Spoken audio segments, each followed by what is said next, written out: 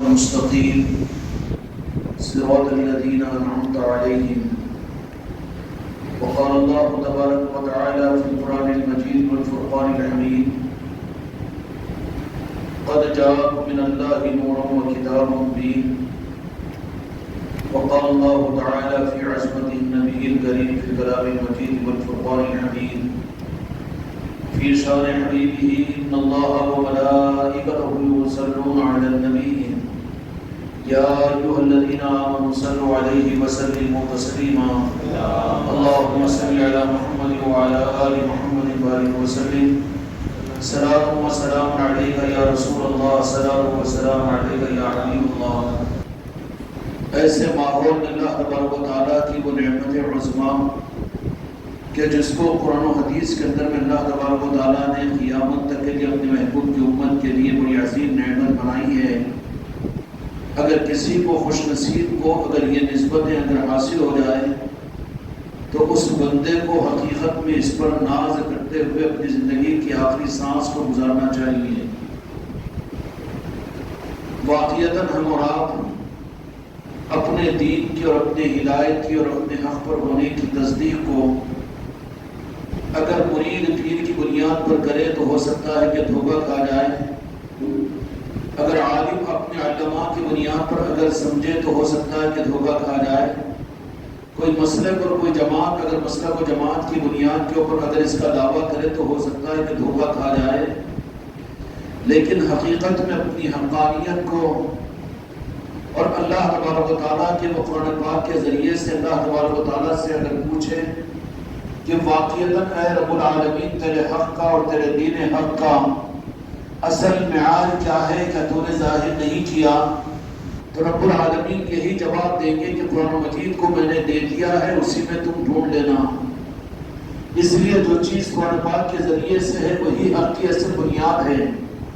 اگر قرآن پاک کے اس حق کو اگر کھول کر جس طریقے سے پانی میں دودھ کو ملایا جائے یا دودھ میں پانی کو ملایا جائے تو بات یہی ہوگی کہ وہ نقلی ہوگا، اصلی نہیں ہوگا.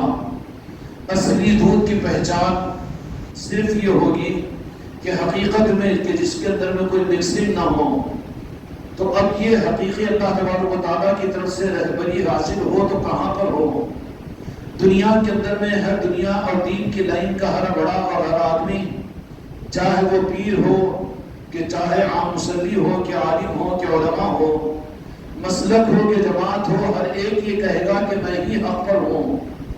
لیکن یا اللہ اے حق کے دینے والی ذات تو یہ بتا دے کہ ہمارے لیے حق کا معیار کیا ہے، حق کو ہمارے سامنے کھول دے. تو بندہ اللہ تبارک و تعالیٰ سے مانگے تو پھر اللہ تبارک و تعالیٰ 15ویں صدی کا نعوذ باللہ کوئی نیا سلیبس اور کوئی نئی کتاب کو نازل نہیں کرے گا، یا اس زمانے کے اندر میں اللہ تبارک و تعالیٰ کی طرف سے کسی نئے نبی کو نعوذ باللہ نازل نہیں کرے گا، بلکہ میرے آقا کو خاتم النبیین بنایا. لا نبی بعدی انا خاتم النبیین. اب قیامت تک کے لیے بلکہ اب اس دنیا کے اختتام تک کوئی نبی اس دنیا کے اندر میں نہیں آئیں گے. نبی بھی نبوت کی شان کے ساتھ میں نہیں آئیں گے، بلکہ حضرت عیسیٰ علیہ السلام بھی میرے آقا دو جہاں کے مالک حضرت محمد صلی اللہ علیہ وسلم کے امت کی امامت کے شان کے ساتھ اس دنیا میں تشریف لائیں گے. جب نبی نبوت کی شان کے ساتھ میں نہیں آئیں گے تو یہ باطل اور فاسق عقیدہ ہے کہ کوئی نئے نبی کو دنیا میں بھیجا جائے. اب سوال یہ پیدا ہوتا ہے کہ خدا پاک کا لاکھوں ہزاروں برس تک قانون یہ رہا کہ انسانیت کو حق بتانے کے لیے ایک انتظام تو اللہ تبارک و تعالیٰ کتابوں کا کیا کرتا تھا. جیسے قرآن مجید سے پہلے انجیل، تورات، زبور اور اسی طریقے سے مختلف صحیفے، صحف ابراہیم، یہ کتابوں کی شکل کے اندر انبیاء اکرام علیہ السلام کے اوپر نازل ہوتی اور پھر اس کے ذریعے سے نبیوں پر نازل ہوتی، تو وہ نبی اللہ کی طرف سے انسانوں کے لیے پیغام کتابوں کی صورت میں دیتے کہ اللہ تبارک و تعالیٰ کی یہ منشا ہے اور اللہ کا یہ کلام ہے، اللہ کی یہ کتاب ہے. خدا کا ابتدا سے لے کر حضرت آدم علیہ السلام سے لے کر دو جہاں کے مالک ہمارے رات کے آقا حضرت محمد مصطفیٰ صلی اللہ علیہ وسلم کی طرف سے انسانیت کے لیے حق کی پہچان کے لیے جو ضابطہ رہا وہ دو چیزیں رہی، ایک تو کتاب تھی، دوسرے انبیاء کی ذات تھی۔ ایک تو کتابیں تھی، انبیاء کی ذاتیں تھی۔ یہ بات صحیح نہیں کہ نبیوں انبیاء کے ہونے کے باوجود کتابیں کیوں، یا پھر یہ بات بھی غلط ہے کہ کتابیں ہمارے پاس سے موجود ہے تو نبی کیوں۔ یہ دونوں خیالات بالکل فاسد اور غلط ہے، بدعقیدہ ہے۔ اللہ کا قانون یہ رہا کہ کتاب بھی تھی اور انبیاء کی ذاتیں بھی تھی۔ اب میرے آقا کے دنیا میں تشریف لا لینے کے بعد میں چونکہ امامت والی شان کے ساتھ اور آپ کو خاتم النبیین بنا کر اس دنیا میں مبعوث کیا گیا، تو اللہ تبارک و تعالیٰ نے آپ کو قرآن پاک جو اللہ کا کلام ہے، کلام کی صورت میں قرآن پاک کو نازل فرما دیا۔ نحن نزلنا القرآن، اور کہیں پر اللہ تبارک و تعالیٰ نے فرمایا کہ یہ ہمارا کلام ہے۔ ذالک لا ریب فیہ ھدی للمتقین، کہ اب تمہارے لیے ہم نے کتاب کو نازل کر دیا ہے قرآن کی صورت میں۔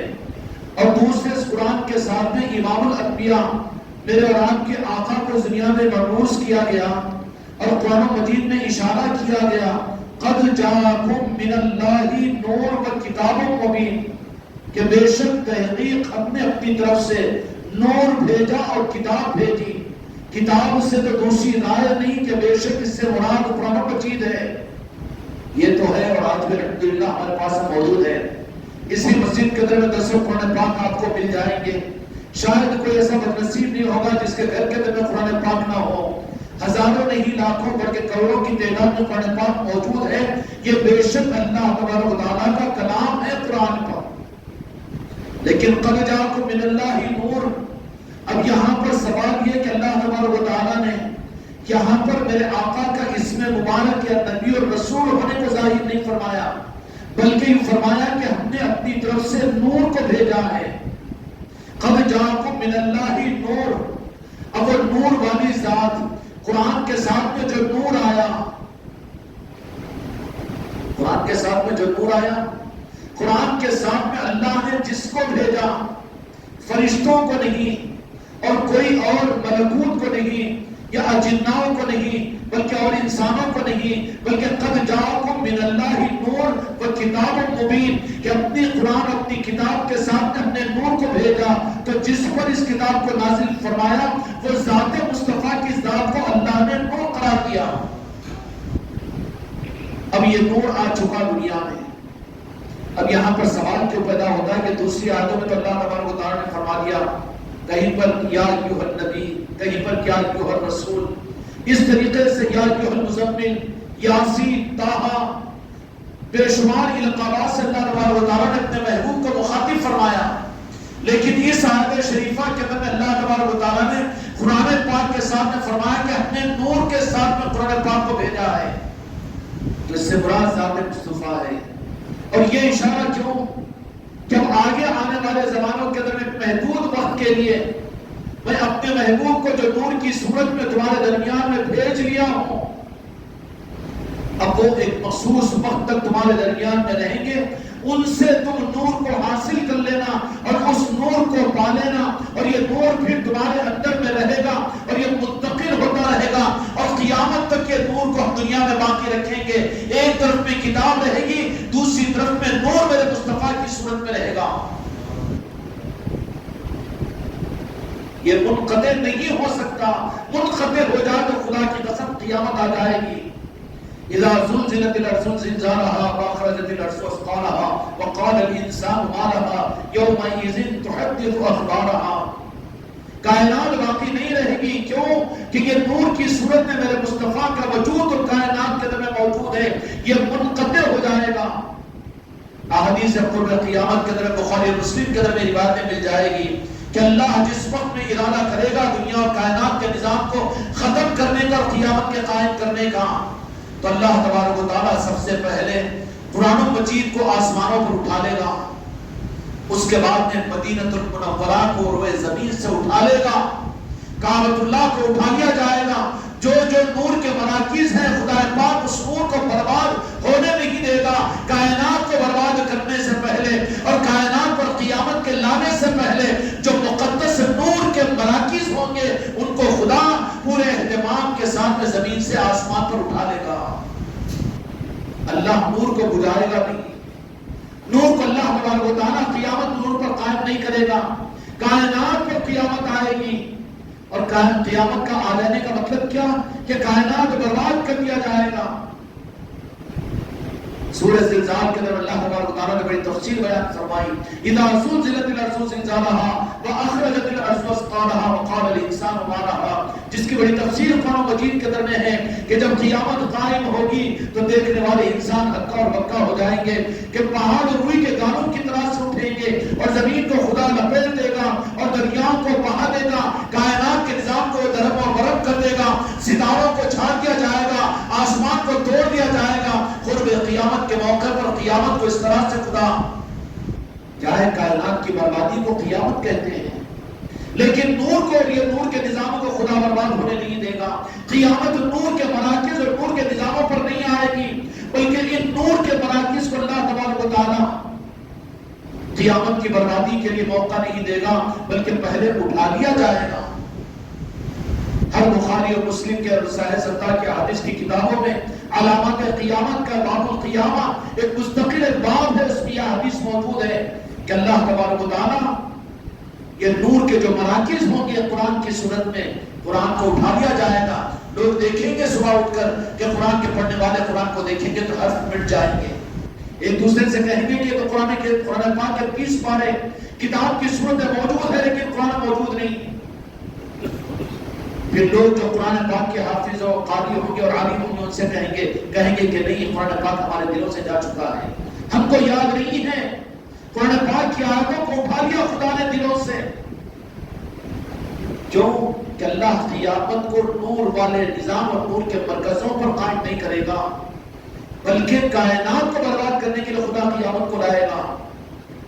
تو اب اس نور کو اللہ تبارک و تعالیٰ نے قرآن مجید کے اندر میں فرمایا کہ میں نے نور کو بھیجا، اس کے ساتھ میں کتاب کو بھیجا.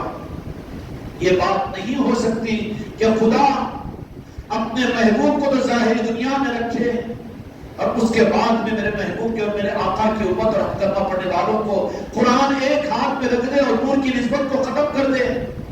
قرآن موجود ہے ہمارے پاس میں، ہر جگہ مل جائے گا، لیکن اب اس نور کو ڈھونڈنے کے لیے امت کو اس بات کا پابند کیا گیا کہ قرآن کے ساتھ میں جو نور ہے وہ تم کو، یہ قرآن تو تم، قرآن کی قیمت نہیں ہو سکتی، لیکن کوئی قرآن پاک کا ہدیہ دے کر لینا چاہے تو 1000 2000 میں قرآن مل جائے گا. ہوگا کہ نہیں ہوگا؟ لیکن وہ نور کو ڈھونڈنا پڑے گا اور نور کے مراکزوں پر پہنچنا پڑے گا اور نورانی نظاموں کو حاصل کرنا پڑے گا. یا اللہ وہ نور ہم کیسے پائے جو تیرے محبوب کی حقیقت کی صورت میں وہ نور ہم کو ملے. تو اللہ تبارک و تعالیٰ نے اشارے فرمایا قرآن مجید کے اندر میں، یا ایھا الذین آمنوا اتقوا اللہ وابتغوا الیہ الوسیلہ، کہ میں نور کا منبع اور منزل نور ہوں، مجھ تک پہنچنے کے لیے وسیلے کو تلاش کرو. قرآن اگر کل وسیلہ ہوتا تو پھر قرآن میں وسیلے کا تذکرہ کیوں ہوتا؟ قرآن میں وسیلے کا تذکرہ وابتغوا الیہ الوسیلہ، تو قرآن رہبری کرنا ہے کہ قرآن سے علیحدہ کوئی وسیلہ ہے جو نور حق تک پہنچنے کا ہے. سمجھ میں آئی بات؟ اسی طریقے سے بے شمار آیاتوں میں اللہ تبارک و تعالیٰ نے قرآن مجید کے اندر میں معصومیت کے ساتھ بندوں نے کہا ایاک نعبد و ایاک نستعین، اے اللہ ہم تیری ہی عبادت کرتے ہیں، یا اللہ ہم تیری عبادت کرتے ہیں کہ رکوع سجدوں کی وجہ سے ہمارے گھٹنے، ہمارے ہاتھ کمزور اور پیشانیوں پر نمازوں کے نشان اور قرآن کی تلاوت کی وجہ سے ہماری کمریں جھک گئی ہے، سب کچھ ہوا. ایاک نعبد، عبادت کا حق تم سے ادا ہوا تو پھر اس کے بعد مانگو ہم سے مدد کو. یا اللہ ہم تیری ہی عبادت کرتے ہیں، تجھ سے مدد مانگتے ہیں. کیا عبادت خدا کی مدد کے بغیر کی جا سکتی ہے؟ پھر خدا نے عبادت کے بعد میں مدد کے بارے میں فرمایا ایاک نعبد و ایاک نستعین، مدد مانگو. تو کائے کی مدد منگوا رہا ہے اللہ تبارک و تعالیٰ؟ اسی حقیقت کو چھپا کر رکھا ہے، اس کے سمجھنے، اس کو پانے کے لیے مدد مانگنے کا حکم دے رہا ہے اللہ تعالیٰ نے. ایاک نعبد و ایاک نستعین، کہا کہ اہدنا الصراط المستقیم. حضرت ابن عباس رضی اللہ تعالیٰ عنہ جو مفسرین کے امام ہیں اور آپ کی تفسیر ساری تفسیروں میں سب سے اعلیٰ حضرت عبداللہ ابن عباس رضی اللہ عنہ ارشاد فرماتے ہیں کہ یہی دل صراط المستقیم سے مراد ذات مصطفیٰ ہے. کیا ہے؟ ذات مصطفیٰ ہے. اب سمجھا دیا گیا کہ ہدایت نماز کا پڑھ لینا ایک صورت ہے، روزے کا رکھ لینا، زکات کا دے دینا، علم کا حاصل کر لینا، مرید بن جانا، پیر بن جانا، یہ سب ہدایت کی علامات اور صورتیں ہیں، لیکن اصل ہدایت نہیں بلکہ یہ راستے ہیں. ان راستوں کے ذریعے سے مرکز اور مقصد ہدایت ذات مصطفیٰ ناول پاک مصطفیٰ ہے. جس کو پیر، جس کو استاد، جس کو عالم، جس کو مسلک، جس کو جماعت، جس کو قرآن، جس کو حدیث، یہ سب کچھ اگر ناول پاک مصطفیٰ تک نہ پہنچائے تو وہ ہدایت کے راستے نہیں ہے بلکہ وہ گمراہیت ہے. اور ان میں سے کوئی راستہ اگر اصل منزل تک پہنچا دے، مثال کے طور پر یہاں سے حیدرآباد ہے، راستہ بتا دیا گیا کہ جاؤ یہ راستے سے، راستے کو پکڑے اور حیدرآباد پہنچ گئے. ناگپور کا راستہ پوچھے کہ راستہ بتا دیا گیا، ناگپور کو چلے گئے. بجائے اس کے جانے کے بعد میں چکر دے کر کہ وہاں تک تو جانا لیکن اس کے بعد میں اپنی مرضی سے کدھر بھی مڑ جانا، کیا ہوگا؟ پہنچے گا راستے پر؟ اس کو کیا کہیں گے؟ راستہ کا بتانے والا کہ دھوکہ دینے والا، رہبر کہیں گے کہ رہزن کہیں گے.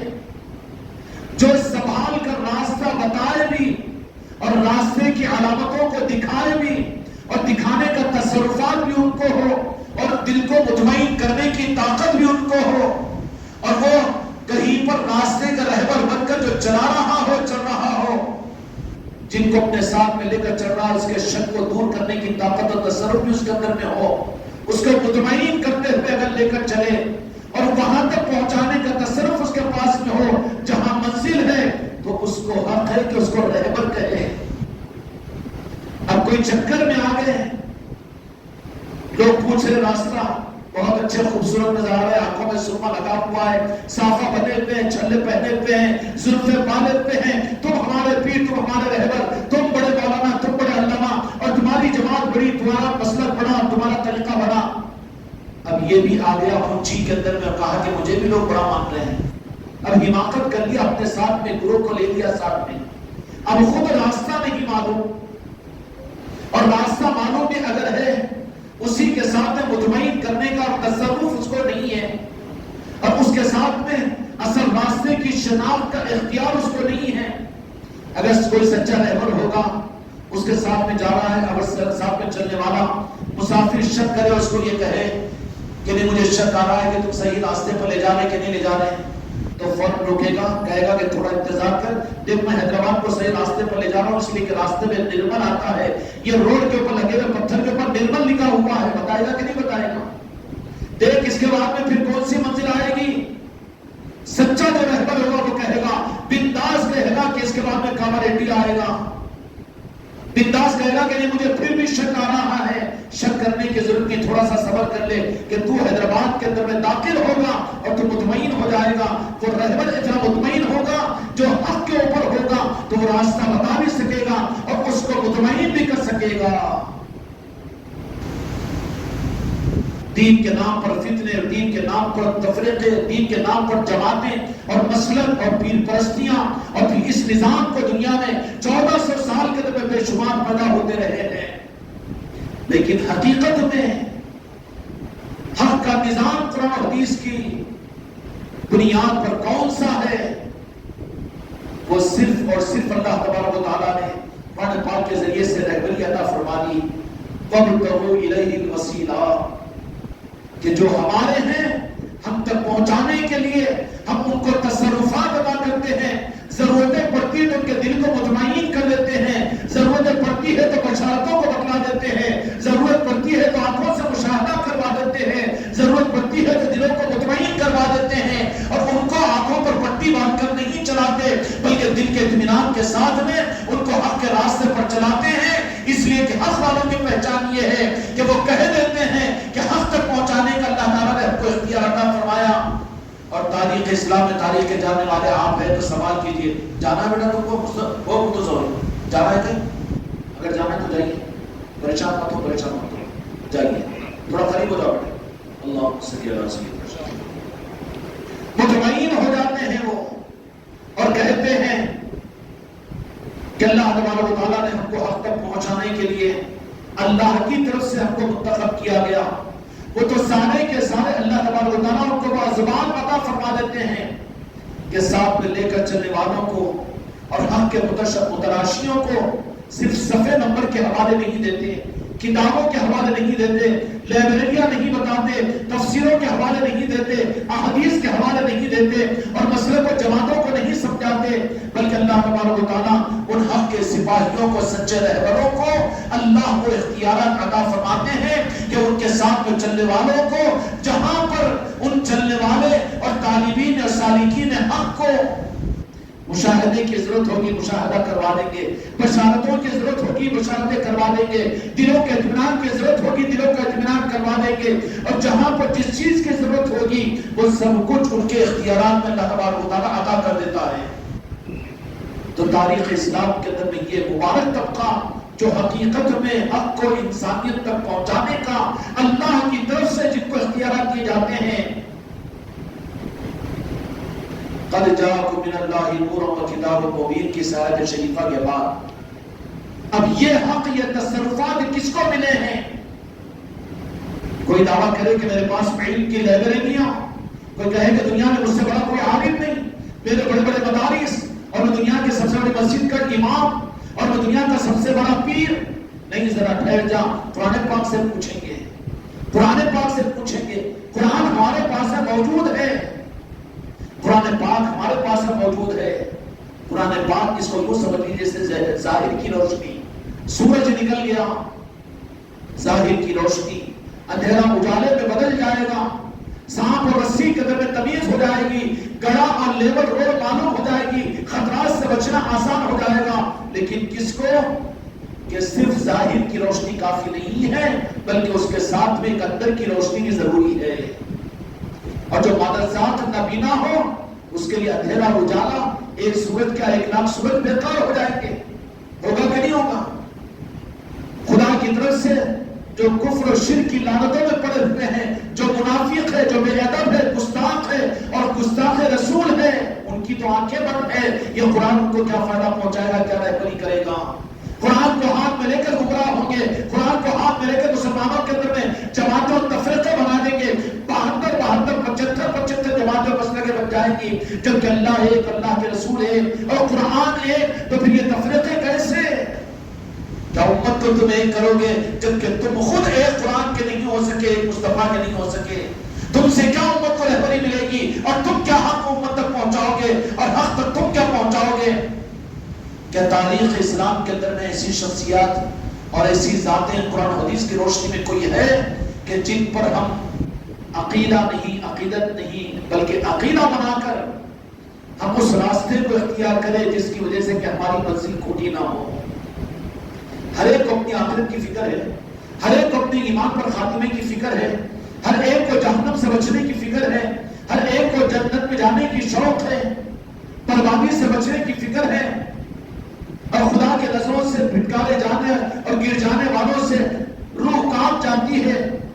خدا کے سامنے ذلیل ہونا نہ پڑے، رسوا نہ ہو، اس کی فکر ہر مسلمان کے دل میں موجود ہے. لیکن بات کہاں آتی ہے؟ اصل راستے کو جو قرآن حدیث نے متعین کیا اس کو چھوڑ کر ہم نے اپنی مرضی سے اپنے پیر کو اور اپنے مسلک کو اور اپنی جماعت کو، موجودہ نظاموں کے طرف میں ان کی جگمگاہٹ اور ان کی کثرت اور ان کے ظاہری وجاہتوں کو دیکھ کر اور ان کے الزاموں کو دیکھ کر ہماری آنکھیں بند ہو جاتی ہے حق سے. رب کے دیے ہوئے نظام سے غافل ہو جاتے ہیں اور اپنے مشاہدے کے نظام کے اوپر اعتماد کرتے ہیں تو تب وہیں پر ٹھوکر کھا لیتے ہیں. کیا قرآن مجید کے اندر اللہ تبارک و تعالیٰ نے کوئی طبقہ بیان فرمایا ہے؟ انبیاء کے بعد، قرآن مجید کی بات کر رہا ہوں، انبیاء کے بعد کوئی طبقہ ہے کہ جن سے محبت اور جن کی اتباع کا حکم دیا ہے؟ ہاں، قرآن مجید میں صرف ایک طبقہ ہے. صحابہ کی عظمت اپنی جگہ ہے، خدا کی قسم تمام صحابہ جنتی ہے، ہدایت یافتہ ہے. اصحابی کا نجوم بِأَيِّهِمْ اقْتَدَيْتُمْ اهْتَدَيْتُمْ اپنی جگہ حدیث پاک ہے. لیکن جن سے محبت، جن کی تابعداری، جن کی محبتوں کو دلوں میں پیدا کرنا اور جن کی محبتوں سے اپنے خون کو رنگین کرنا اور جن کی غلامی کا اختیار کرنا، جن پر عقیدہ بنانا، جن پر اعتماد کرنا۔ قرآن پاک کی آیت کے مطابق میں قُلْ لَا أَسْأَلُكُمْ عَلَيْهِ أَجْرًا مَوَدَّةً فِي الْقُرْبَىٰ، میرے آقا نے فرمایا جس کا مفہوم میں عرض کر رہا ہوں کہ میری امت میں تمہارے لیے ایک رخ دے رہا ہوں۔ قُلْ لَا أَسْأَلُكُمْ عَلَيْهِ أَجْرًا مَوَدَّةً فِي الْقُرْبَىٰ، بڑی محبتوں کے ساتھ ہے کہ میں نے تم تک حق پہنچانے کے لیے بہت کچھ کیا، جس کا احساس تم کو ہے۔ طائف کا سفر تمہاری نظروں کے سامنے ہے، مکے کی ہجرت تمہارے سامنے ہے، اور مکہ مکرمہ کے اندر میں اونٹوں کی اوجڑیوں کو اپنے پر لینا تمہارے سامنے ہے، اور فاقوں کا برداشت کرنا میرا تمہارے سامنے ہے۔ لیکن میری امت قُلْ لَا أَسْأَلُكُمْ عَلَيْهِ أَجْرًا، میں تم سے اس کا کوئی بدلہ نہیں چاہتا ہوں۔ کتنی شفقت ہے خدا کی قسم میرے مصطفیٰ کی، ہر ایک امتی سے، ہر ایک قرآن کے پڑھنے والے سے اس آیت پر اگر تم قرآن پڑھتے ہوئے آ جاؤ تو وہاں پر تمہارے مار کر رونا شروع کرو کہ میرے آقا کو میری ذات سے کتنی محبت ہے، اللہ تبارک و تعالیٰ کو اپنے بندوں سے کتنی محبت ہے۔ جیسے سگے ماں باپ یہ کہتے ہیں کہ میرا بیٹا میں تجھ سے کوئی مال اور تیری جائیداد میں کوئی حصہ تیری طرف سے اچھی زندگی نہیں چاہتا، بلکہ میں یہ صرف چاہتا ہوں کہ تو خوش رہے۔ یہ سگے ماں باپ ہی تو کہیں گے نا، ایسے ہی اللہ تبارک و تعالیٰ قرآن مجید کے اندر فرماتا ہے اب سگے ماں باپ کو چھوڑ کر اور ان کی باتوں کو چھوڑ کر محلے والوں کی، سسرال والوں کی باتوں کو کرنا شروع کر دے تو پھر اس اولاد کا انجام کیا ہوگا؟ چند دن کے اندر میں ذلیل و رسوا ہوگا کہ نہیں ہوگا؟ آج امت کے گمراہیت پڑنے کی وجہ، امت کے بھٹک جانے کی وجہ الزام نہ لگاؤ مسلک و جماعت والوں کے اوپر، الزام نہ لگاؤ دنیا کے اور انسانوں کے اوپر، الزام نہ لگاؤ ان فرقوں کے اوپر، بلکہ الزام اپنی ذات پر ہم لے کہ ہم نے اللہ کی بھی بات کو نہیں سنا اور میرے مصطفیٰ کی بات کو بھی ہم نے نہیں سنا۔ جبکہ اعلان اللہ تبارک و تعالیٰ نے فرما دیا قُلْ لَا أَسْأَلُكُمْ عَلَيْهِ أَجْرًا، اے میرے محبوب آپ فرما دیجئے، آپ فرما دیجئے، اپنی امت کو فرما دیجئے، آپ وہ ہے جو اپنی امت کے لیے راتوں میں چین کے ساتھ میں آرام نہیں کیا اور اپنی امت کے خاطر آپ زندگی میں پورے اللہ سے منوانے کے لیے بے چین و بے قرار رہے۔ اے میرے محبوب آپ کی امت تو آپ کے ساتھ میں جفا کشی نہیں کرے گی، بے وفائی نہیں کرے گی، تمہاری زندگی میرے محبوب تمہارے امتیوں کے سامنے ہے۔ اس محبت کے لہجے میں خدا نے اپنے مصطفیٰ سے کہلوایا قُلْ لَا أَسْأَلُكُمْ عَلَيْهِ أَجْرًا۔ قرآن پاک کی آیت ہے نا جی، کہہ دیجئے میرے محبوب میں تم سے کوئی بدلہ نہیں چاہتا۔ جیسے سگے ماں باپ اولاد سے تو بیٹا مجھے کھلا، میں تجھے کھلایا، مجھے بٹھا کر کھلا، یہ نہیں چاہتا، بلکہ سگے ماں باپ یہ کہیں گے کہ تو تیری زندگی میں خوش رہے، تیرا سکھ میں دیکھنا چاہتا ہوں، کوئی بدلہ نہیں چاہتا۔ قُلْ لَا أَسْأَلُكُمْ عَلَيْهِ أَجْرًا، میرے محبوب آپ فرما دیجئے کہ میں تم سے کوئی بدلہ نہیں چاہتا، لیکن صرف یہ مودۃ فی القربیٰ کہ تمہاری بھلائی کے لیے میری اہل بیت جو ہے ان کے ساتھ محبت اور مودت کا معاملہ کرنا۔ کیوں؟ کہ میں نے اپنے بدن میں اپنے نور کو میری آل میں چھپا رکھا ہوں۔ تمہاری بھلائی ہے، اس میں تمہاری بھلائی ہے۔ اگر میری اہل بیت سے اگر تم محبت کرو، آل رسول سے محبت کرو، سادات اکرام سے اگر محبت کرو تو کیا ہوگا؟ ان کی محبتوں کی وجہ سے تمہارے قلب کی آنکھ کھل جائے گی اور وہ نور تمہارے اندر میں آ جائے گا جو قیامت تک اللہ تبارک و تعالیٰ نے اپنے محبوب کے نور کو ان اولیاء اکرام اور اہل بیت آل رسول کے ذریعے سے قیامت تک رکھا ہے۔ ان کی غلامی سے وہ نور حاصل ہوتا ہے، اور یہی وہ اولیاء اکرام کا طبقہ اور آل رسول ہے اور وہ سادات اکرام اور اہل بیت ہے کہ اللہ تبارک و تعالیٰ نے ان کو قرآن پاک کے ساتھ میں جوڑ کر رکھا۔ عیسائی شریف کی حدیث ہے کہ میں تمہارے درمیان میں دو چیزوں کو چھوڑ کر جا رہا ہوں۔ اتنی کھلی ہوئی احادیث ہے کہ ایک تو فرمایا کہ قرآن پاک اور دوسرے اہل بیت، خبردار خبردار ان دونوں چیزوں کو تم تھامے ہوئے رکھنا۔ اگر تم ان دو چیزوں کو تھمانے کی ضمانت اگر دے دو تو تم ہرگز گمراہ نہیں ہوگے۔ اتحاد ملت، مسلمانوں کا ایک ہونا، گول میزوں کے اوپر وقتی طور پر ایک کی بات کو دوسرے بات کو مان لینا، اس سے امت میں وحدت پیدا نہیں ہوگی۔ امت کے ایک ہونے کی بنیاد صرف عشق مصطفیٰ ہے، اہل بیت کی محبت ہے، اور یہ اکرام کی عظمت ہے۔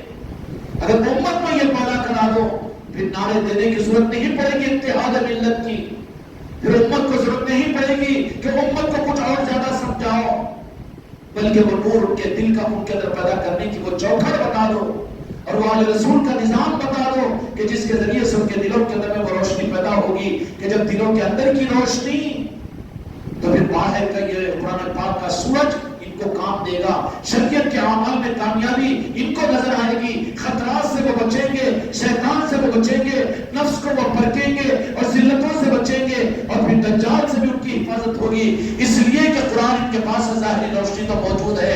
اب کمی کس بات کی ہے کہ اندر کی روشنی کی کمی ہے۔ اگر اندر کی روشنی کو پیدا کروا دو، امت کے لیے سب سے بڑی اصلاح کی بنیاد ہے کہ اندر کی روشنی، اور اندر کی روشنی آئے گی کیسے؟ اندر کی روشنی کے لیے، اندر کی روشنی کے لیے جو ضابطہ اور جو قانون اللہ تعالیٰ نے قرآن مجید کے اندر بیان فرمایا، مودۃ فی القربیٰ، میرے اہل بیت کے ساتھ محبت اور موجت کا معاملہ کرو۔ اب اہل بیت کے پنجتن پاک سب سے پہلے نمبر پر، اب ان کے بعد میں ان کی آل حضرت مولا علی علیہ السلام، سید کائنات فاطمہ الزہرا سلام اللہ علیہ، امام حسن امام حسین علیہ السلام، اب ان کی آل امام زین العابدین رضی اللہ عنہ، اب اسی طریقے سے امام باقر علیہ السلام، امام جعفر علیہ السلام، یہ اہل طریقت اہل بیت اہل رسول ہیں۔ اب ان کے ذریعے سے اب قیامت تک کے لیے یہ ولایت کا نظام دنیا میں چلتا رہے گا۔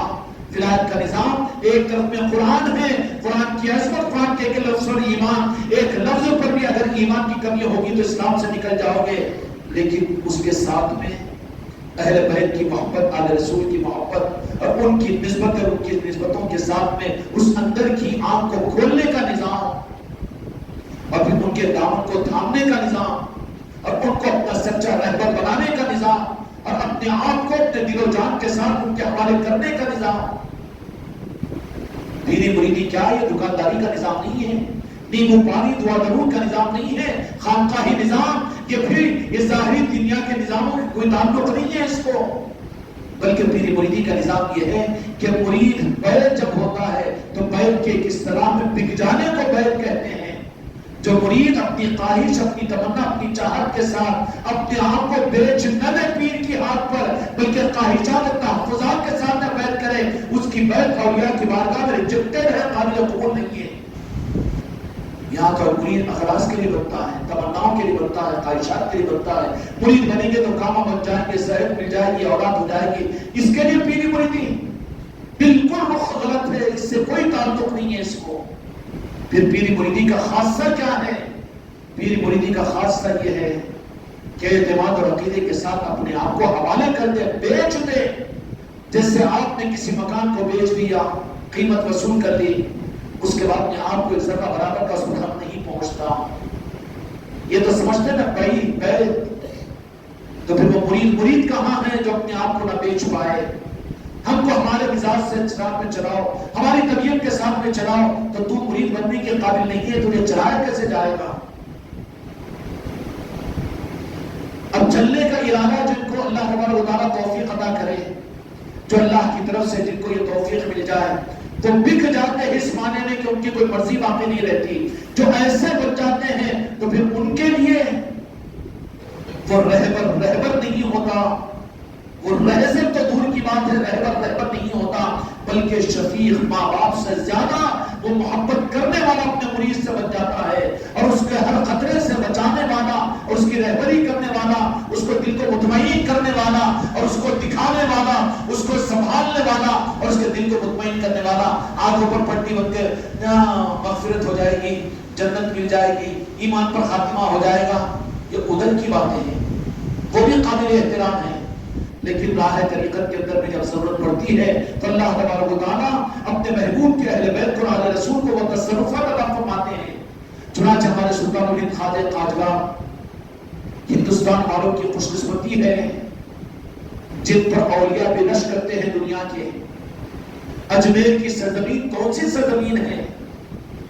پیران پیر حضور غوث اعظم دستگیر احمد الرضوان نے فرمایا جب گیلان پیدا ہوئے بغداد میں سکون نے اختیار کیا، اللہ نے یہاں پر ان کو بٹھایا، لیکن اے ہندوستان والوں جان لو کہ اجمیر ہندوستان کی سرزمین کا وہ منور ٹکڑا ہے جس کے اوپر رشک ہوتا ہے کہ مالک کائنات محمد رسول اللہ صلی اللہ علیہ وسلم نے ہندوستان میں اپنے شہزادے کو بھیجا۔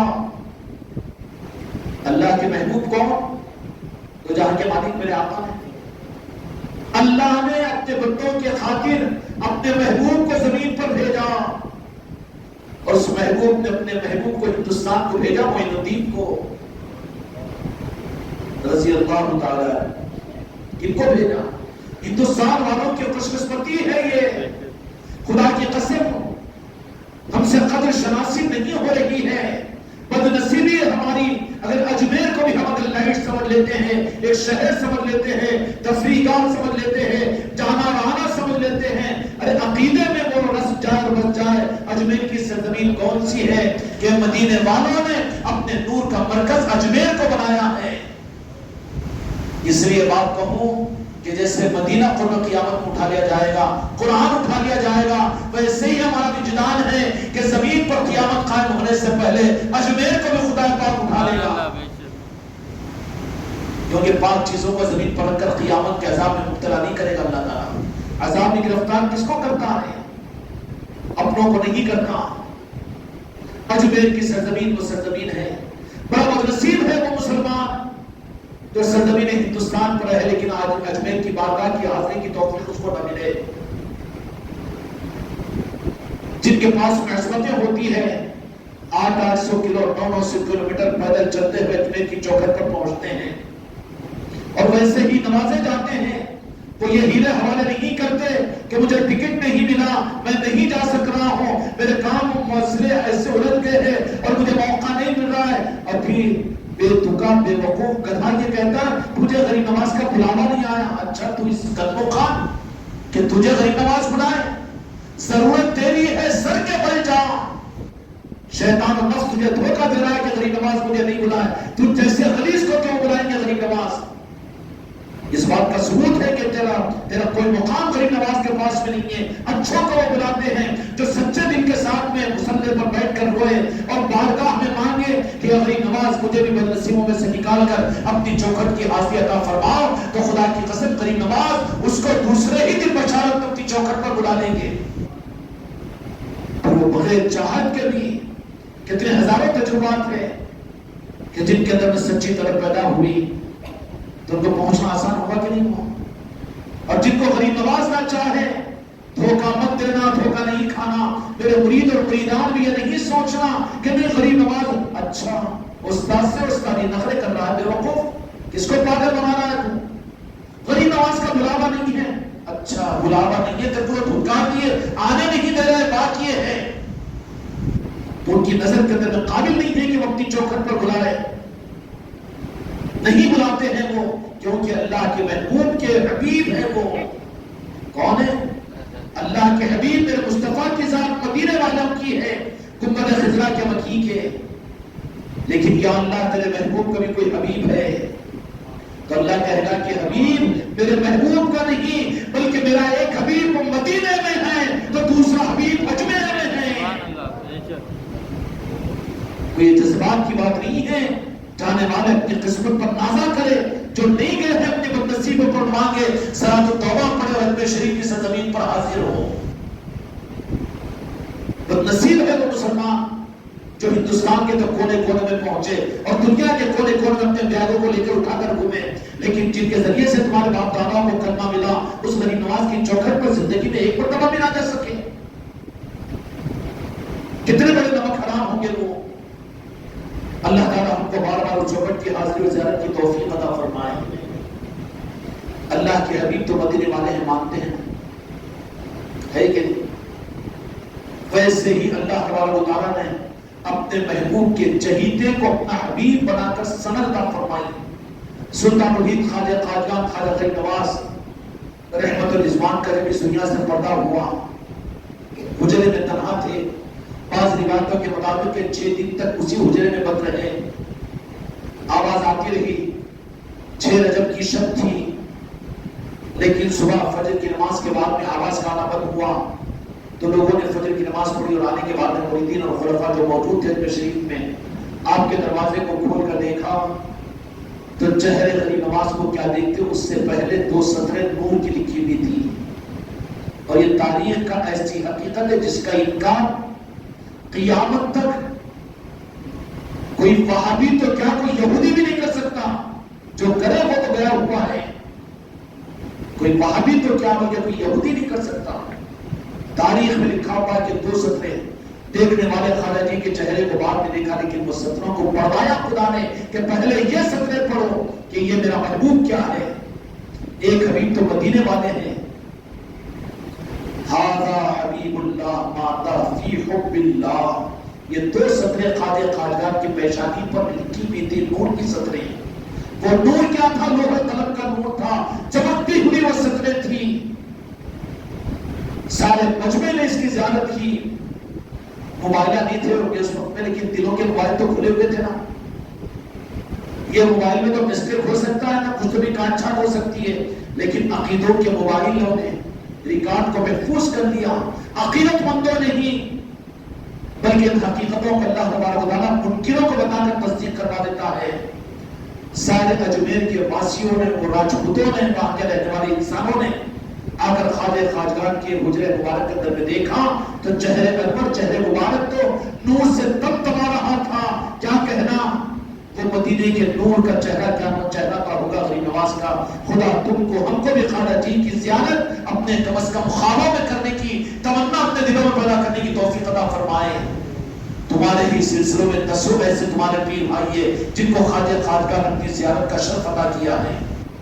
کتنی تمہاری پیر بہنیں ہیں جن کو خواجہ خواجگان کی زیارت نصیب کی ہے. اور اس سے آگے کی بھی بات ہے، زیادہ عرض نہیں کرتا ہوں اس لیے کہ حسد پیدا نہ ہو جائے.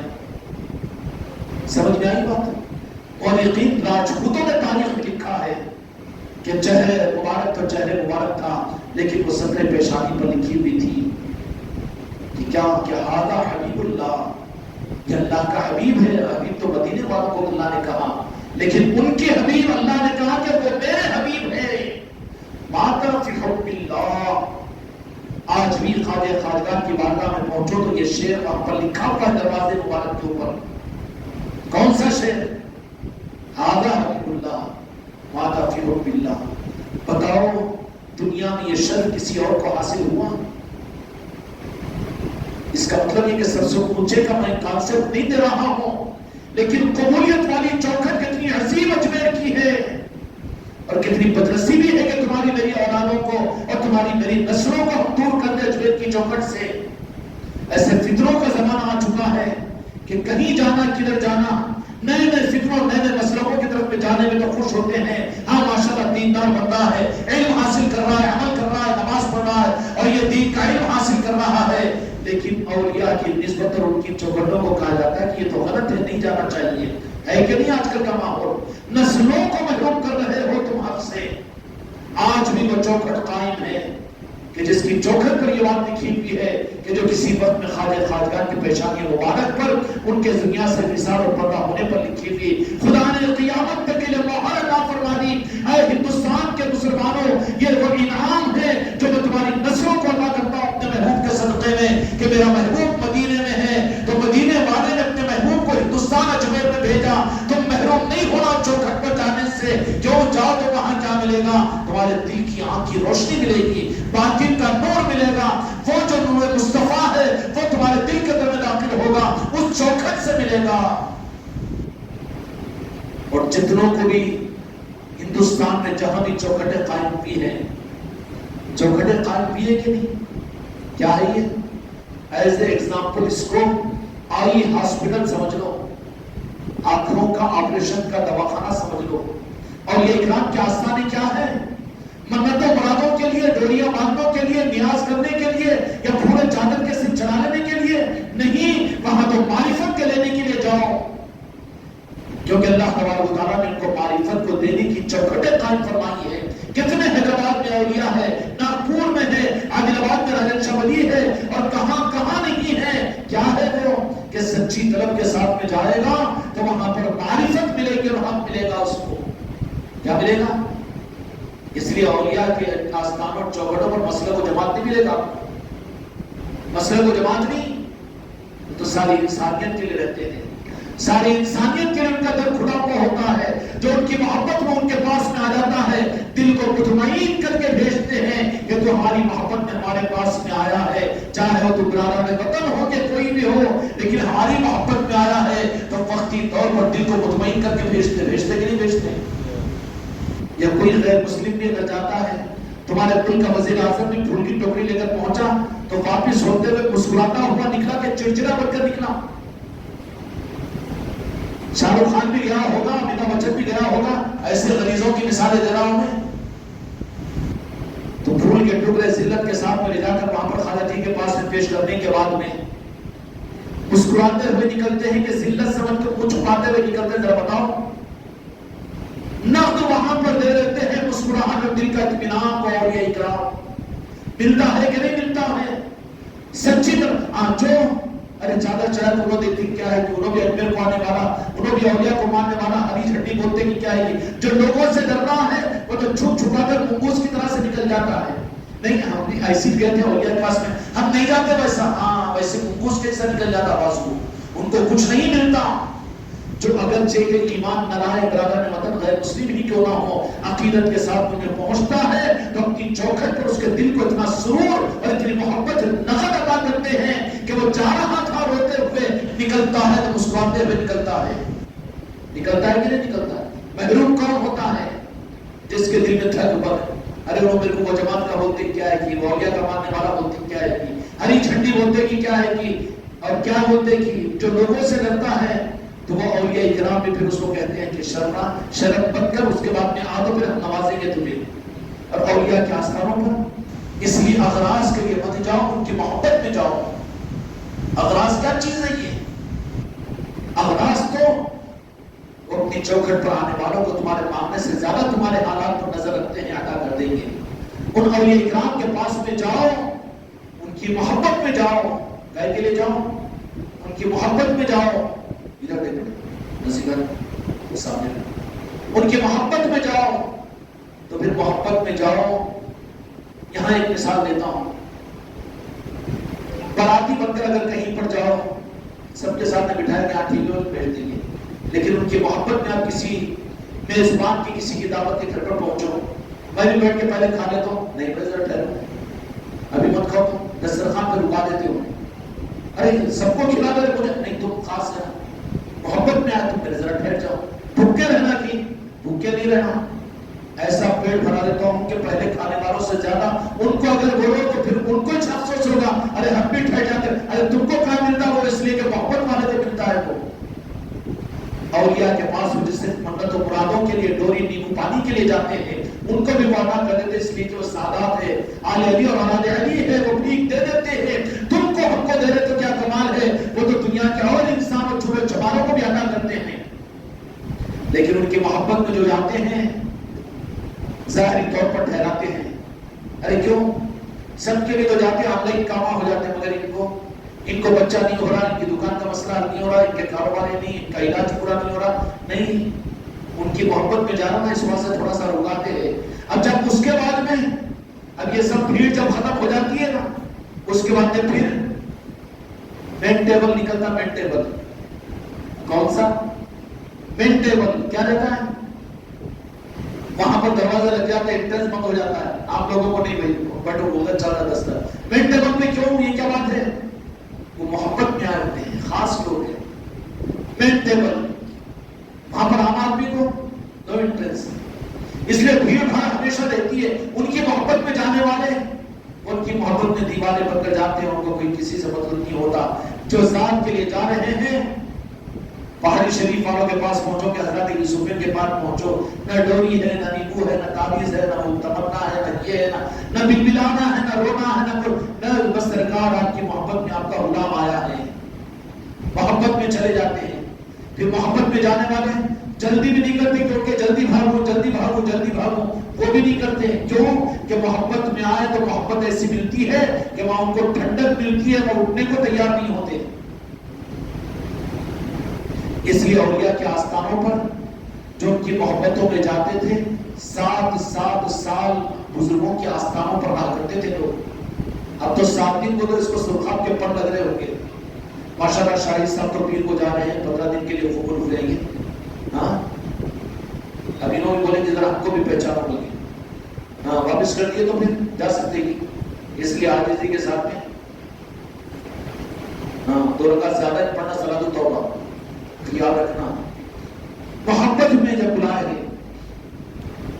اور شکر ہے میرے غریب نواز میرے آقا جی کا کہنے میں کوئی مبالغہ نہیں. مسجد کے ممبر کے بازو بیٹھ کر کہہ رہا ہوں کہ خواجہ خواجگان نے اپنائیت خاندان چشتیہ سے نسبت دے کر جن کے گھروں میں چشتیہ رومال ہے اور جن کے دلوں کا وجدان غریب نواز کی چوکھٹ ہے, جو سلسلے چشتیہ کا اپنے آپ کو نمائندہ سمجھتے ہیں, خانقاہ محمدیہ میری نصرتی سے وابستہ ہے, غریب نواز نے خاندان چشتیہ کی نسبت ادا کر کے بلایا ہے.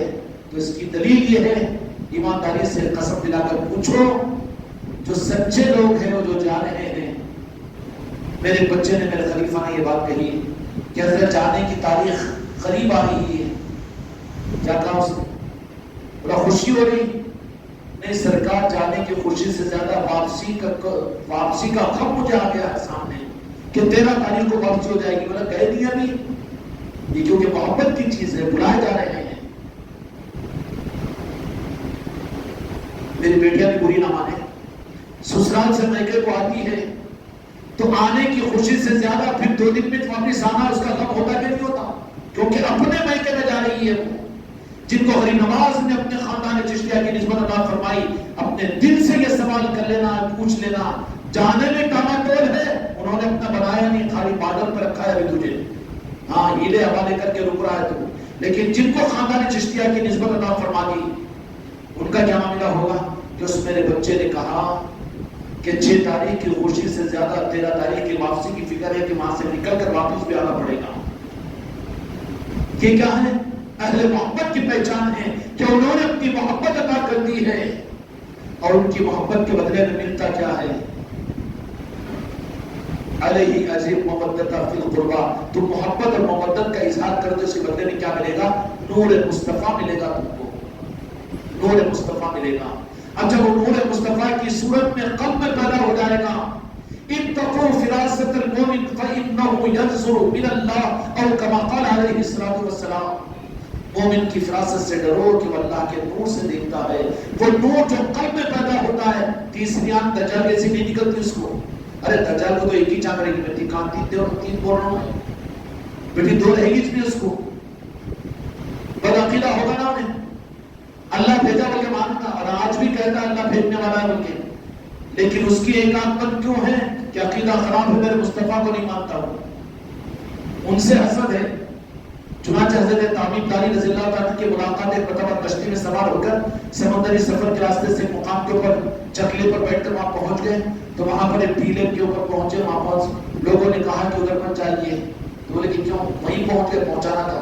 حضرت تعمیم داری رضی اللہ تعالیٰ, احادیث میں یہ واقعہ موجود ہے لیکن نہیں بتاتے نا وہ, کیوں؟ خطرات ہیں ان کو کہ جس سے تعظیم مصطفیٰ, ادب مصطفیٰ, عظمت مصطفیٰ پیدا ہوگا, اہل بیت کی محبت آئے گی, اولیاء کا نظام امت میں آئے گا, تو پھر سچی دکان اگر کھل جائے تو ڈپلیکیٹ دکان والوں کی روحیں کانپ جاتی ہے, ڈپلیکیٹ مال نہیں چلے گا نا. اس لیے اچھی دکان کو, سچی دکان کو آنے مت دو, چھپا دو کسی طرح سے, شک میں ڈال دو کہ لوگوں کے آنے نہیں, وہ غلط بات ہے, وہ شرک و بدعت ہوتا, وہاں ختم ہوتی ہوتی, وہ گمراہیت ہے, وہ نہیں کرنا, وہ سجدہ. ارے کون ہے تو سجدہ نہیں کرتا, تو پھر اہل طریقت کس کو سجدہ کرے گا خدا سمجھ کر؟ جان دے دے گا مگر غیر کو سجدہ نہیں کر سکتا. وہ الزام لگا دیتے ہیں. چنانچہ حضرت تعمیم داری رضی اللہ عنہ پہنچے, لوگوں نے کہا کہ وہاں پر ایک ایسی سی مخلوق ہے, تو کہا کہ میں ملنا چاہتا ہوں. نہیں تو ملیں گے تو پھر نہیں. بہرحال مختصر وقت کے اندر میں ایک بات اشارہ عرض کر دوں کہ وہاں پر یہ پہنچے تو دیکھا کہ بڑی ہولناک صورت کے اندر میں زنجیروں میں بندھا ہوا ہے, اور بڑی ہولناک, ڈر تو نہیں لگتا, آنکھیں نکال دیے, نہیں آتا, فکر نہ کرو, بہت سی علامتیں باقی ہیں اس کے, قیامت کے آنے کی, دجال کے آنے کی ابھی بہت سی نشانیاں باقی ہیں. بڑی ہولناک صورت ہے, زنجیروں سے پکڑ جکڑا ہوا ہے, حضرت تمیم داری رضی اللہ تعالیٰ عنہ کی روایت ہے، اور تو جہاں کے مالک میرے آقا محمد رسول اللہ صلی اللہ علیہ وسلم صحابہ کرام کے مجمع کے سامنے جب حضرت تمیم داری رضی اللہ تعالیٰ تشریف لائے تو فرمایا کہ اپنے سفر کی کارگزاری سناؤ، اور سناتے ہو کہ وہ بھی سفر کا واقعہ سناؤ کہ جو تم نے جس سے ملاقات کی اور اس نے میرے بارے میں کیا پوچھا تھا۔ دجال کے کافر ہونے کی وجہ خدا کا ممکن نہیں ہے، وہ مصطفیٰ کا گستاخ ہے، خدا اس گستاخی سے میری اولاد کی حفاظت فرمائے۔ بے ادب مصطفیٰ خدا کی قسم کافروں سے بڑا کافر ہے، میرے آقا کی عظمتوں کے انکار کرنے والے، خدا ہم کو اور آپ کو سچی اور پکی توبہ کی توفیق عطا فرمائے۔ ہے کون؟ ہمارے جانوں کے مالک ہے ہمارے مصطفیٰ، ہمارے اسلام کی روح ہے میرے مصطفیٰ، ہم جن کا کلمہ پڑھتے ہیں، جن کے صدقے میں کائنات ہے، وہ ذات ہے میرے مصطفیٰ کی، ان سے دور اور ان سے کٹنا اور ان سے فاصلوں کو پیدا کرنا ہی کتنی بڑی گمراہی ہے۔ چنانچہ حضرت تمیم داری رضی اللہ عنہ وہاں پر پہنچے تو اس نے کہا کہ اچھا تم کہاں سے؟ دیکھتے کہا کہ نہیں، اچھا تم کہاں کے علاقے کے؟ تو کہا کہ میں عرب کے علاقے کا۔ عرب میں کس مقام کا؟ اس نے کہا مکے۔ اچھا مکے میں؟ اس کے بعد میں کہا کہ پھر اس کے قریب تو بلے کہ مدینے میں بھی، ہاں مدینے میں بھی، بلکہ مدینے میں کہتا ہے ایک باغ بغیچے کا نام لیا کہ فلاں بغیچے کے کھجور کے درختوں پر کھجور آ رہے ہیں، کہا کہ خوب آ رہے ہیں، کہا کہ ابھی بہت دیر ہے، بہت دیر ہے ابھی، کہا کہ فلاں کنویں کا پانی جو مدینے کے قریب ہے، غالباً حضرت ایوب علیہ السلام کا کنویں کی طرف اشارہ کیا، اس میں پانی موجود ہے، تو کہا کہ پانی موجود ہے، کہا کہ ابھی بہت دیر باقی ہے۔ اور اس کے بعد بہت سے سوالات کیا اور سارے سوالات کا تعلق ذات مصطفیٰ سے تھا۔ کس کا؟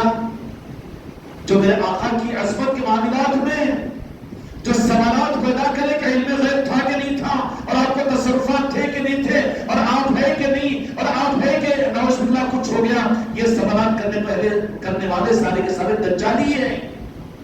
سوالات ذات مصطفیٰ کے بارے میں کیا انہیں؟ ایک بھی سوال اللہ کی توحید کے بارے میں نہیں کیا اس نے۔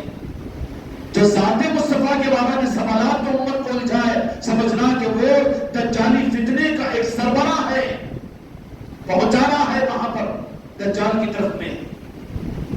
میرے آقا نے صحابہ کرام کو فرمایا کہ دیکھو سنو ان کی زبان سے واقعہ، سارا واقعہ سنایا کیسی ہولناکی کے عالم کے اندر میں، اور اس میں زنجیریں ٹوٹی، بکری جڑی ہوئی تھی، اور پھر وہ جکڑا ہوا تھا اس حالت کے اندر میں۔ اور اس کے بعد اس نے کہا اپنے ہمسایوں سے ابھی بہت دن باقی ہے، بہت دیر باقی ہے، ابھی میں آزاد نہیں ہوں گا، جب تک وہ کھجوریں سوکھ جائے گی، پانی چشمے کا ختم ہو جائے گا، اور یہ ہو جائے گا، وہ ہو جائے گا، اس وقت میں پھر میرا ظہور ہوگا دنیا کے اندر میں، جب اپنی چلے گی۔ دجال نے وہ سارا واقعہ سنایا۔ حضرت ابو ایوب انصاری رضی اللہ عنہ نے وہ واقعہ مسجد نبوی میں میرے آقا کے سامنے صحابہ کرام کو جو کچھ ہوا اپنی کارگزاری کی صورت میں سنایا۔ تو دجال کے فتنے کا عنوان میرے آقا کی تعظیم اور عصمت کے خلاف نہیں، توحید کے بارے میں نہیں۔ وہ تو ایک ہے، انہیں تو جگڑ دیا یہاں پر پھنسا کے رکھا، کیوں؟ ان کا زمانہ ہے کائنات، ابھی ان کے لیے بھی قیامت نہیں آ سکتی، قیامت نہیں آنا، کیونکہ قیامت دجال کے ظہور ہونے کے بعد قیامت آئے گی۔ تو پھر جب تک کا زمانہ تو میرے مصطفیٰ کی نبوت کا زمانہ رہے گا قیامت تک، اس کے لیے دجال انتظار کے اندر میں ہے۔ ابھی اس کے ظہور کا وقت اس وقت تک نہیں آئے گا جس کے علامت ابھی ظاہر ہونا ہے۔ ابھی نہ ڈرو، بزدل نہ بنو، میرے آقا کے ارشادات احادیث کے اندر وہ ساری چیزیں موجود ہیں، لیکن کیا ہے؟ چھوٹی دکانوں کے چلانے کے لیے واٹس ایپوں کے اوپر، بیانوں کے اوپر اچھلتے کودتے تقدیروں کے اندر میں اپنی دکانوں کے چلانے کے لیے کوئی بھی مال جانا پروڈکٹ تو دنیا میں بہت چل رہا ہے نا، کہیں پر پنجتن پاک کا، کہیں پر اولیاء کا، کہیں پر غوث و خواجہ کا، وہ کیا ہے؟ یہ تفسیر دیکھ لو، اور یہ تقریر دیکھ لو، اور وہ دیکھ لو، وہ لائبریری دیکھ لو، وہ مولانا کا سن لو، وہ مفسر صاحب کا سن لو، یہ تو چائنا پروڈکٹ چل رہا ہے۔ اصل جو نظام تھے آل رسول کی صورت میں، اولیاء کی صورت میں، اس کو چھپانے کی کوشش کی جا رہی ہے۔ اصل میں قرآن و حدیث کے ذریعے سے اگر قرآن سے پوچھا جائے تو قد جاءکم من اللہ نور و کتاب مبین، اب قرآن پاک تو موجود ہے، اس قرآن پاک سے رہبری حاصل کرو کہ نور تک ہم کیسے پہنچے۔ تو نور تک پہنچنے کے لیے قرآن پاک رہبری کیا کرے گا؟ ان کے کے ساتھ میں محبت، آل رسول کے ساتھ میں اولیاء کے ساتھ میں محبت. اسی محبتوں کے اظہار کے لیے میرے غریب نواز سالانہ سفر وابستگان خانقاہ محمد میری نصرتی کا سالانہ سفر انشاءاللہ سبوں کی تعداد کے اندر میں خواجہ خواجگان ہم غلاموں کو اجمیر شریف کی حاضری کا موقع دے رہے ہیں. اس لیے اپنی سعادت سمجھیں، ابھی سے دعائیں کریں اور 2 رکعت نفل نماز صلاۃ و توبہ پڑھ کر معافی مانگے اللہ کی بارگاہ کے اندر. یا اللہ وہ تیرے حبیب کے حبیب، تیرے حبیب ما تحب اللہ، ایسے تیرے برگزیدہ تیرے حبیب کے حبیب کی بارگاہ میں ہم جانے کے قابل کہاں ہے؟ کن اعمال کے ساتھ میں اور کن چہروں کے ساتھ میں اور کن جسموں کے ساتھ میں ہم اس چوکھٹے غریب نواز پر جانے کے قابل کہاں ہیں؟ یا اللہ ہم پر رحم فرما کر ہمیں قابل بنا دے وہاں پر پہنچنے کے قابل، اور خواجہ خواجگان کی چوکھٹ کے سامنے ہم جا کر کھڑے ہو جائیں. جن کو یہ سعادت مل رہی ہے میرے بچوں، اپنے دل کا کثافتوں کو دور کرو اور دل کو پاک کرو اور میرے آقا کی محبت سے اپنے دل کو سرشار کرو، اہل بیت کی محبت کو اپنے اندر پیدا کرو اور خواجہ خواجگان سودا پیر کی محبت کو پیدا کر کے اس بارگاہ میں پہنچنے کا ارادہ کرو اور تیاری اس معنی میں کرو. اسی کے ساتھ میں تیاری کا مسئلہ ہے، چونکہ اپنے بن کر جا رہے ہیں اس چوکھٹ کے اوپر، خاندان چشتیہ کے بن کر جا رہے ہیں، تو یقین بڑی خوشیوں کے ساتھ اپنی آل اولاد کو بھی ساتھ میں لے جا رہے ہو. جو کچھ بھی وہاں پر خوشیوں کا اہتمام شریعت کے حدود کی صورت میں انشاءاللہ وہاں پر 5 دن قیام ہوگا، وہاں کی محفلیں، وہاں کی بارگاہ کی حاضری اور وہاں پر چادر کی پیشی اور وہاں کی محفلیں، وہ سارا نظام انشاءاللہ اجمیر شریف کے اندر میں جو لوگ گئے ہیں ایمانداری کے ساتھ میں بتاؤ کہ پھر جب جا کر واپس ہوتے ہیں تو پھر انہی دنوں کا انتظار ہوتا ہے کہ نہیں ہوتا ہے. اس لیے میرے دوستوں، میرے بھائیوں، ان کی بارگاہ میں جانا ہے، اس کی تیاری کیجیے اور اس کا اہتمام خوب کیجیے اور ایسی حاضری ہماری ہو جائے کہ واقعتاً غریب نواز کی بارگاہ میں بھی ہم باراتی بن کر نہیں بلکہ ان کی محبت میں پہنچنے والے بنے. تو پھر جاتے کھا لے تو وہ کون سی بچھاتے ہو دولے کیا سے بچھاتے سو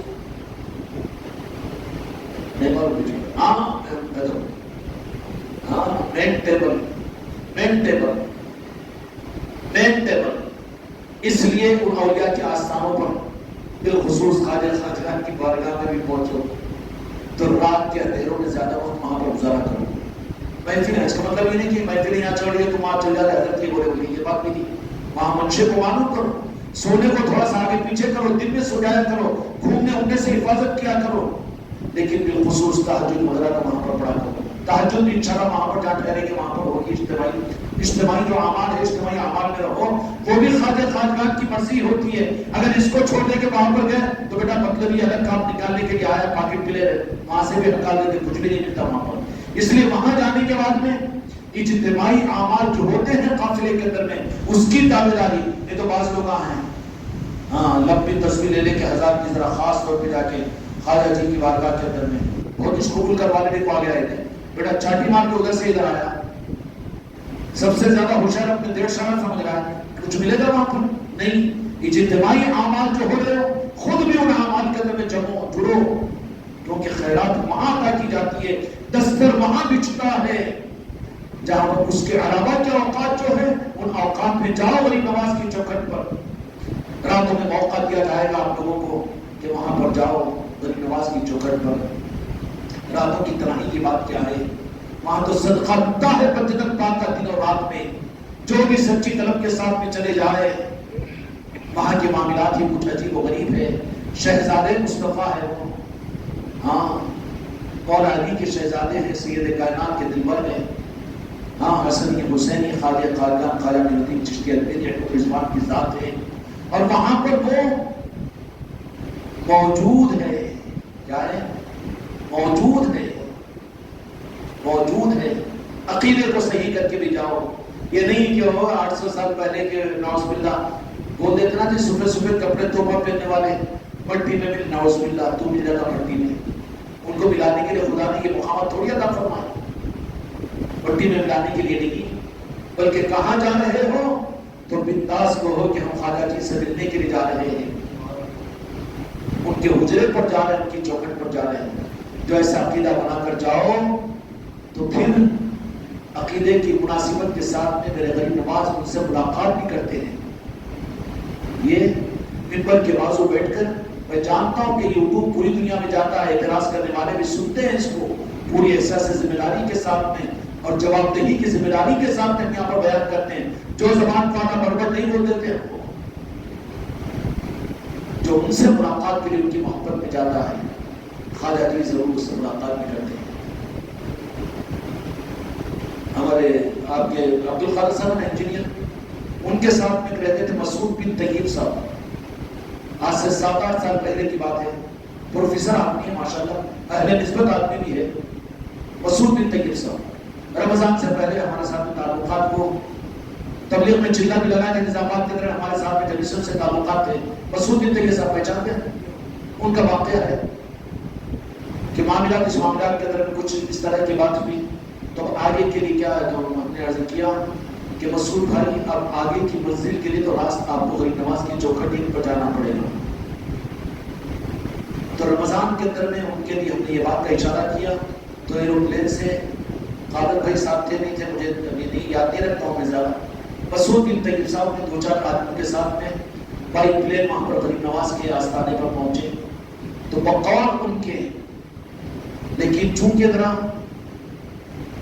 ذرا ڈگمگ کا نظام جب تک ہے، چور پنکچر اگر ٹیوب میں ہو تو کہیں نہ کہیں پھوس بولتا ہوگا. اس کے لیے ہم نے کہا کہ جائیے اجمیر شریف میں، لیکن 2 دن رہیے وہاں پر تو اگر بشارتوں کے اوپر دھیان رکھنا، اسی میں کچھ جلوہ بتا دیں گے، اس لیے کہ روبرو یہ اولیاء اکرام آ جائے ہر ایک کے سامنے تو برداشت نہیں ہوتا. تو ان کا ایک نظام یہ ہوتا ہے کہ رہبری کے لیے سچا پیر دیتے ہیں. سچے پیر کا مل جانا بھی ایک حق کی راہ کی نمائندگی ہے. اس کے بعد میں بشارتوں کا نظام کھولتے ہیں تاکہ دل کو اطمینان ہو جائے. یہ سب ان کو عطا کیا جاتا ہے ان چیزوں کو. اب جن کو یہ چیزیں نہیں، وہ کہیں کی بشارتیں خوابوں کی باتیں، پھر ویسے خواب اولیاء کے تو کیوں نہیں دیکھتا؟ تو شہزاد کے خواب دیکھتے رہتا ہے، شاہ رخ خان کے دیکھتے رہتا ہے، نئی خواب دیکھتے رہتا. تجھے پھر غریب نواز کا خواب نظر کیوں نہیں آتا؟ اب بولنے والا مولوی بھی کہتا خوابوں کی باتوں پہ بھروسہ نہیں کرنا. تو پھر اذان تجھے کیسے ملی؟ خواب نہیں تھا. ابراہیم علیہ السلام کی قربانی کیسے مانا؟ تو خواب نہیں تھا، کیا وحی آئی تھی؟ خواب ایسا نہیں ہوتا. وحی کا 92واں حصہ ہوتا ہے، 46واں حصہ ہوتا ہے وحی کا.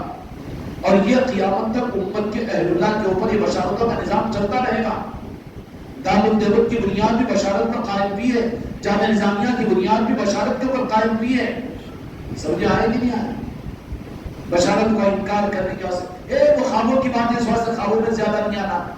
تو پھر تو بھی تو ذرا دیکھ کے بتانا تو قابلش نہیں ہے. اس واسطے بیوہ ہمیشہ سہاگت کو دیکھی تو چوڑے بجاتے رہتی ہے. تو قابل ہے نہیں، تجھے وہ چیز حاصل ہوتی نہیں، اس لیے اوپر نظر کیسا آتا ہے وہ غلط ہے، وہ شرک ہے، وہ شرک ہے. اب وہ تیرا تو بیوہ ہے، تجھے نظر نہیں آتا، اس لیے سہاگت پہ چلتی. کوئی بھی لال ساڑی پہن کے دیکھی وہ تو بہت آنکھیں نکال دیتی، کیسی لال ساڑی پہنی، کیونکہ بیوہ ہے نا تو. تجھے اولیاء کا نظام کھلا ہوا نہیں ہے، ان کی بشارتیں کھلی ہوئی نہیں ہے، دلوں کا اطمینان کو اپنا تجھے بنائے ہوئے نہیں ہے. اس لیے جن کو ہوتا ہے نا ان کے اوپر تو اعتراض کرتے رہتا، انکار کرتے رہتا، اچھل کے بیان کرتا. خوابوں کی باتیں اس پر اعتبار نہیں کرنا، وہ ویسا نہیں ہے. اچھا تو بھی تو پھر کر کے بتانا کچھ تو بھی. خیر مسعود بن طیب صاحب کو ہم نے کہا کہ 2 دن کا ہو وہاں پر. دوسرے ہی دن ہمارے پاس انہوں نے فون کیا کہ نصرت بھائی آج بھی حیات ہے، آپ جا کے پوچھ سکتے ہیں. ممبر سے میں کہہ رہا ہوں، انجینئر ہیں، پڑھے لکھے آدمی، پروفیسر ہے. اب تو انہوں نے کہا کہ جہاں شاہجہاں مسجد میں کھڑا ہوا تھا حالت بشارت میں، تو جہاں پر غریب نواز کے اس وقت میں آستانہ ہے، گنبد بنا ہوا ہے، وہاں پر جنگل میدان نظر آ رہا ہے مجھے، اور اطراف میں پورا ایک بہت بڑا مجمع ہے جو گھیرا ہوا ہے. میں اوپر سے دیکھتے ہوئے پھر قریب آیا، پھر مجمع کو، تو وہاں پر ایک بہت بڑی سنہری کرسی پر بہت منور اور بڑے بزرگ اور بڑے پرانی چہرے والے، نوری نور ہے، چہرہ نظر نہیں آ رہا ہے، وہ جلوہ افروز ہے. کہا کہ ذرا قریب، ابھی بھی شک میں ہے تم؟ یہاں میرا ہی تو نور ہے. غریب نواز کی آستانے کی چوکھٹ کو بتا کر مسعود بن طیب صاحب ابھی زندہ ہے، آپ تصدیق کر لے سکتے ہیں. قادر بھائی آپ کے بہن میں یہ کون ہے؟ ہمارے مخلص ساتھیوں میں ہیں، ان کے خاص ساتھی ہیں وہ. تو کہا کہ ابھی بھی ذرا قریب آؤ کہ وہ شک میں ہو، اور غریب نواز کے آستانے کی طرف میں بتا کر اس جگہ پر ہی فرما کہ یہاں پر میرا ہی تو نور ہے. میں نے کہا کہ گئے غریب نواز کو دیکھنے کے لیے بھیجا تھا ہم نے، لیکن مبارک ہو مسعود بن طیب صاحب تم کو، تو جہاں کے مالک محمد رسول اللہ صلی اللہ علیہ وسلم مدینے والوں کی زیارت ہوگی.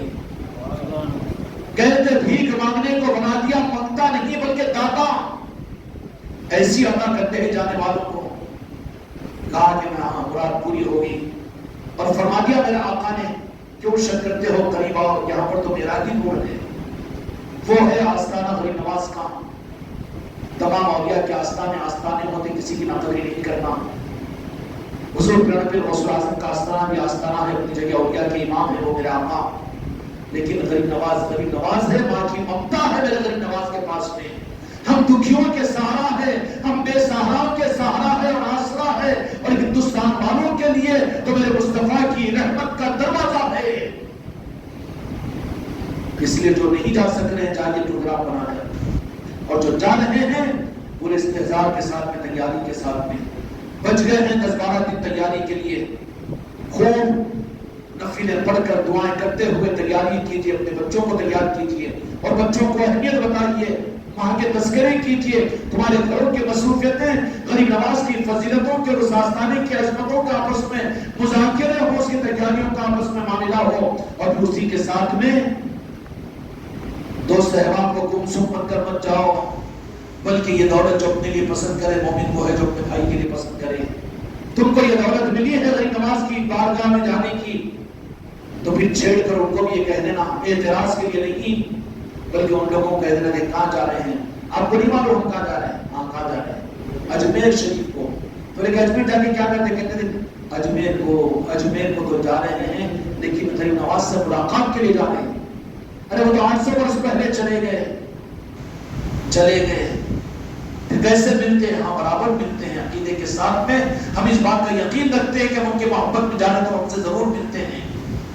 میرے بچوں کو ملاقات بھی مشافہ کی ہے. میں نے گزشتہ بھی عرض کیا تھا ہمارے بھائی فرحاج کے بارے میں کہ غریب نواز نے راست ملاقات کی ہے. اور کتنے لوگ ہیں تمہارے پیر بھائیوں کے اندر میں کہ جن سے ملاقات بھی ہوتی ہے، جن کی بات چیت بھی ہوتی ہے. اور پھر یہ روایت بھی مشہور ہے کہ سچے طالبین کو غریب نواز اپنی اجمیر سے اپنی ملاقات کے بغیر واپس نہیں بھیجتے. وہاں کے فقیر رات ہو جاتی ہے 10-11 بج جاتے ہیں تو کسی کے سامنے مانگتے نہیں، اڑ جاتے ہیں وہاں پر. ہم نے سوال کیا کہ کیوں اڑ کے کھانا نہیں کھایا؟ نہیں کھائے تو غریب نواز میرے لا کر کھلاتے ہیں. اجمیر شریف میں کوئی بھی بھوکا نہیں رہتا رات میں. اڑ جاتے ہیں بس فقیر و قلندر کہ ہم تو آج غریب نواز ہی کے ہاتھ سے کھائیں گے. میرے غریب نواز سرکار اس کو لے جا کر کھلاتے ہیں. تو بھاگیہ اکرام نے عقیدہ پورا پاگل ہوگا نا، دیوانہ کتا کاٹ لیا اس کو. ہر معاملے میں شک. دو آدمیوں میں جھگڑا ہو رہا ہے تو ذرا سنجیدہ آدمی ہٹ جاؤ، شیطان آ گیا، دونوں میں شیطان آ گیا. دکھا کہ تیرے کو شیطان، پھر آیا کیسا؟ لڑ رہے ہیں اس وجہ سے شیطان.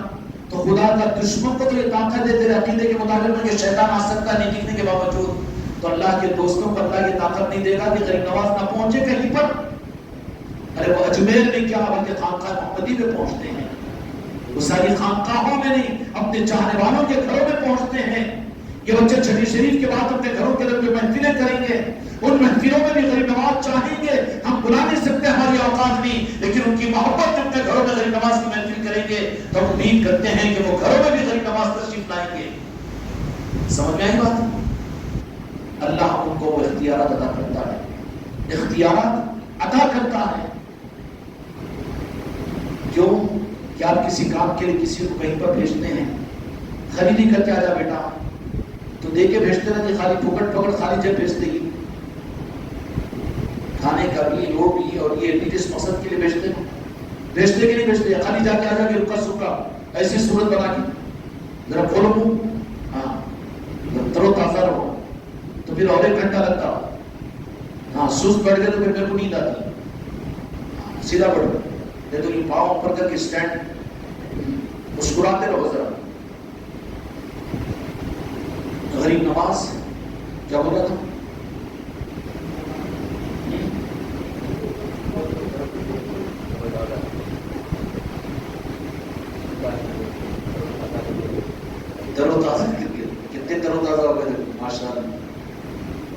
اس لیے جن کو وہ بلاتے ہیں نواز ہی کر بھیجتے ہیں. وہاں پر جانے کے بعد میں محبت کے ساتھ میں جاؤ، محبت کے ساتھ میں جاؤ، غرض کے لیے نہیں. غرض ہے تو غرض دے کر بھیج دیتے ہیں، لیکن ان کی محبت میں جاؤ تو وہ اسپیشل ٹیبل کون سا ہوتے ہیں؟ مین ٹیبل. مین ٹیبل پر بیٹھنا ہو تو پھر اسپیشل ڈشز مگر انتظار کرنا پڑتا تھا.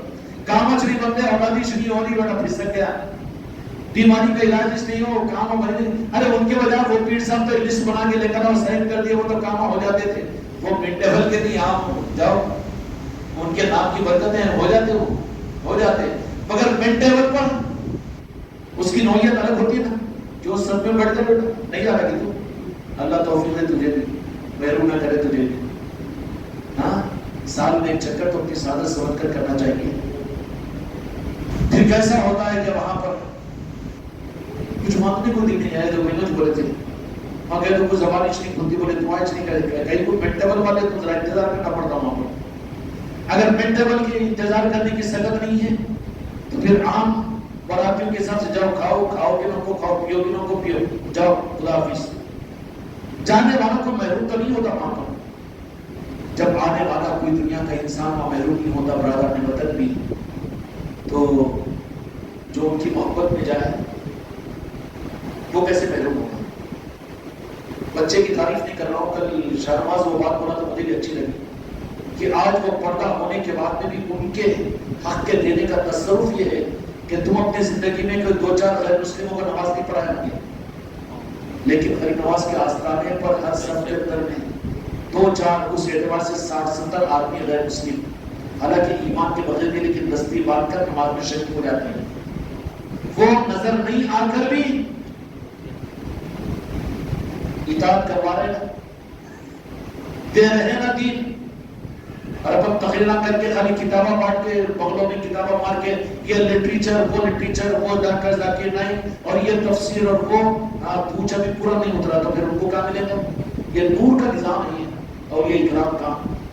اس لیے اولیاء اکرام کے نور کے لینے کے لیے اولیاء اکرام کے آستانے پر جاؤ تو اپنی ذات سے نور حاصل کرنے کی کوشش کرو. اس کے لیے ان کی محبت میں جاؤ، اور ان کی محبت میں جاؤ تو وہاں پر کچھ ناگواری بھی ہو تو شکایت کسی سے نہیں کرنا.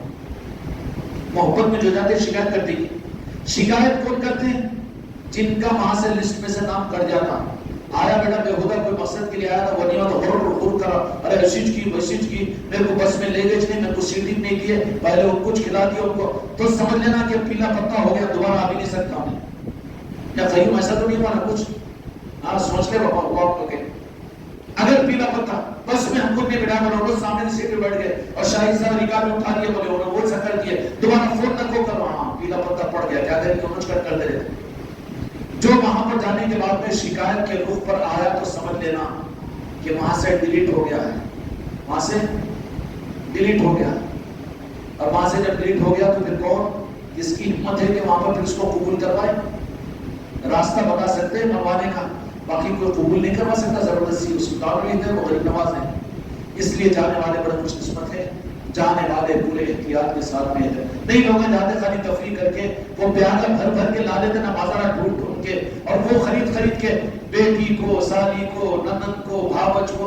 ارے تاجروں کا قافلہ ہے یہ، جانا تو پورا بازار اٹھا کے لا دو، کچھ خرید لو. آداب طریقے ہیں مگر یہ پورے لسٹ بنا کے اب یہاں پر نیچ کیا دیے عمرے کو حج کو بھی جا رہے تو ویسے کر لینا ہوگا. ہاں ڈپلیکیٹ پہن کے جا رہے وہاں پھینک دے کے اوریجنل پہن لے کے آ رہے کہ نہیں آ رہے. تو وہ تاجروں کا قافلہ ہے. اس لیے میں شریف کو جاؤ میرے بچوں تو ٹھیک ہے وہاں کے بازار سے کچھ خریدو، ضرور کی چیزیں سے انکار نہیں کرتا، لیکن اس کا مطلب یہ نہیں کہ مقصد ہی تمہارا وہاں پر جا کر خریدنا ہو کہ وہ خریدو یہ خریدو کہ بازار کے لیے بازار ہی بن کر جا رہے ہو. تم وہاں تو غریب نواز کے خاص بن کر جا رہے ہو، بلائے جا رہے ہو تو مین ٹیبل کا انتظار کرو کہ وہاں پر غریب نواز آپ کی محبت میں آیا ہوں، آپ کی محبت کی خیرات مانگنے کے لیے. جانے والے اس طرح سے کوئی تیاری کرے. سمجھ آ رہی بات؟ ابھی یہ 10-12 دن جو باقی ہے اس کے اندر پوری تیاری کرو. اللہ تبارک و تعالیٰ تیاری کرنے کی ہم کو رب توفیق عطا فرمائے. وحق لا الہ الا اللہ. درود شریف پڑھو. اللہم صل علی محمد.